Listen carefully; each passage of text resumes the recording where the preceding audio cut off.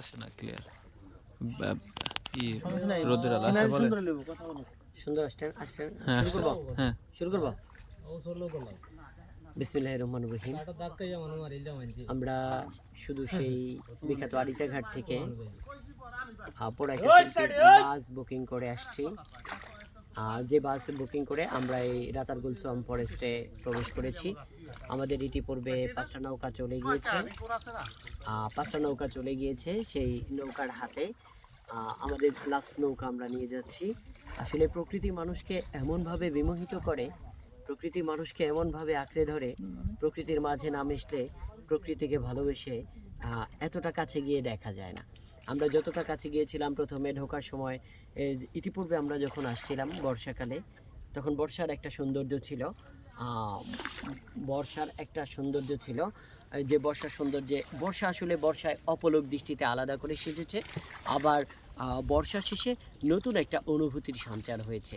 যে অনুভূতির সঞ্চারে আমরা দেখতে পাই স্বচ্ছ পানির একটু পানির কালারটা একটু বিবর্ণ হয়েছে, এতে কিছু না। কিন্তু প্রকৃতি যে তার আপন মায়ায় সেজেছে, প্রকৃতি যে তার বাসস্থানের সুন্দর একটা জায়গায় মানুষকে অপমর এক সৌন্দর্য দান করে যাচ্ছে, যেটা আমাদের প্রাপ্তি এবং প্রত্যাশার সাথে অনেক বেশি সমন্বিত, এবং যেখানে আসলে মানুষের মন প্রফুল্লিত হয়।